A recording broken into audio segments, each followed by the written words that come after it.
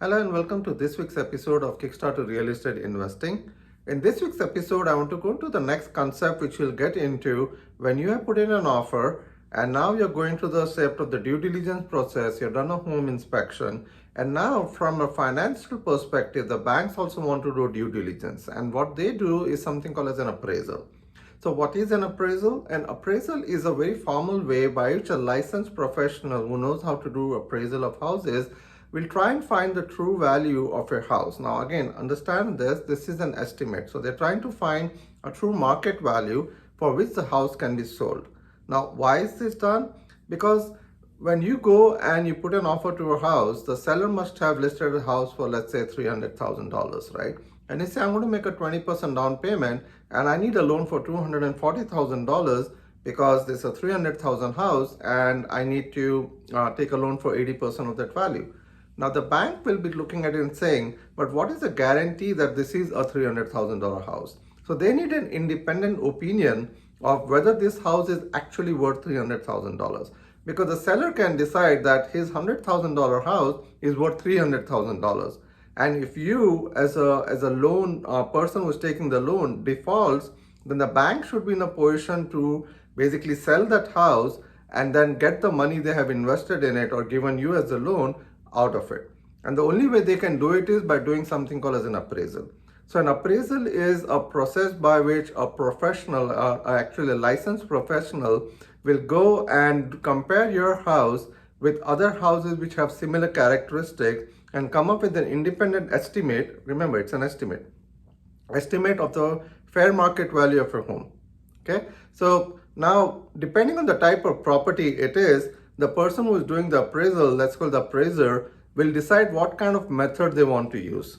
Now there are three different types of methods, but for most of the properties you buy will fall under one or two of them. So the first method is a sales comparison method, and this is by far the most common method. And just as the name suggests, a sales comparison method is where the appraiser looks at your house and then tries to find very similar looking houses which have been sold in the past year in a similar distance and a similar type of configuration. So they call something called as comps or comparables. They'll find up to 3 comparables to your home, and then they try to go and work with the different features, like what features are there in your home, what features are there in the comparable, adjust the price of the comparable so that it can come up with a true estimate for your home.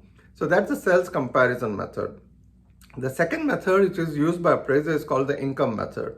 Now in the income method, it is generally applied to multifamilies or commercial properties you might go and buy. And just like the name suggests, they try to understand based on the income it's generating, what is the value of it. And they use the capitalization method. This is something we discussed many weeks back in terms of what is the cap rate they might use and what is the capitalization rate, basically based on the income they're getting and what the market capitalization rate is, they come up with the value of the home. It's a pretty complex way of doing it, but that is something which is generally done for commercial properties or multifamilies where you can have multiple units generating income. And finally, the third way of doing it is by the cost method. And the cost method is all they're trying to do is what is the replacement cost if something happens to this particular property, if it burns down or something. Again, those are generally done for unique kind of property. Let's say you're buying a cinema hall or you're buying some like a mall kind of a thing. So there might be like different kinds of properties where they might apply this. For the purpose of our discussion, it's mostly going to be the sales comparison method, because many a times you would be going and buying a residential property, a single family home.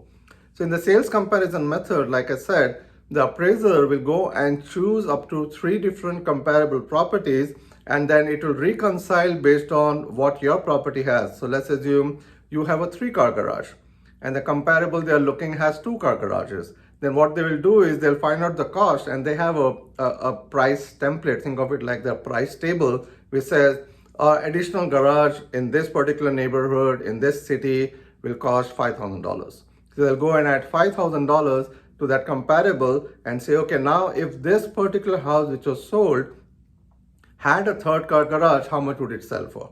And based on that reconciliation, they'll come up with a price.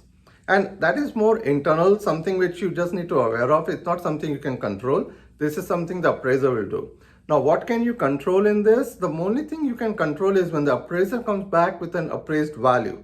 Okay, you need to check if the comparables they use make sense for it, right? Because many times the appraisals, what they will do is that they will go out and look for comparables. If they do not find it, they might use some comparables which are not very close to it. So let's assume you are buying a house which was built in 2010 and their comparable they use is for a house which was built in 1960.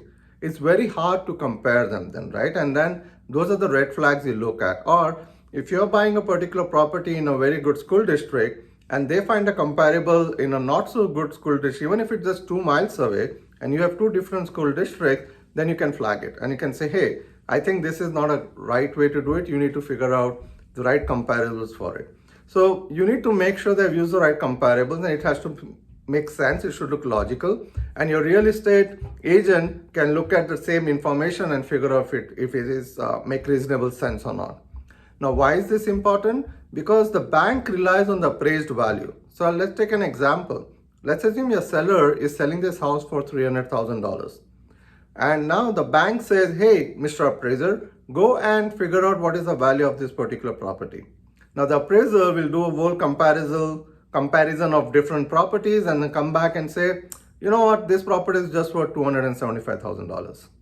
Now what will happen is the bank will say, yeah, even though you are buying this for $300,000 for your own reason, I can only give a loan up to $275,000 because that is the only value I can get if I take this house and try to sell it in the market. That is the appraised value.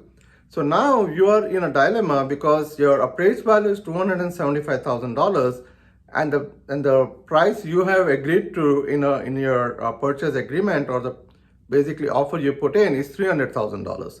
There's a $25,000 difference. Now who's going to pay for it? It will have to come from your pocket because the bank will only loan you $275,000. So you need to be aware of all this. You need to make sure there is a contingency in there which also accounts for this, that if the appraised value comes down, you might have a possibility of backing out of the deal. So there are certain things you can control, certain things you cannot control. How the appraisal is done is not in your control. But looking at the data and whether it makes sense to the comparables they have used for it is something you can check, that's in your control. What the appraised value comes is not in your control. But putting a contingency in your offer that if the appraised value is significantly lower than the price which you have agreed upon and the bank will not loan you that amount of money, you can back out. Okay, so folks, this is the one of the most important process post offer which you need to be aware of. So there are two main things which you need to be aware of. One is what we spoke last week, which was more around making sure the house inspection goes well, because the property you're buying needs to be in a good structural or roof and all those other things in good place. And the second thing is the appraisal, which you can't control, but you need to be aware of it, what's going to happen with it and what value can come out of it. So folks, these two can actually make or break your deal. Okay, so it's very important for you to understand how it works. I hope this episode was helpful to you. If you liked it, please go ahead and like and subscribe to my channel. Thank you so much and I'll see you next week. Bye.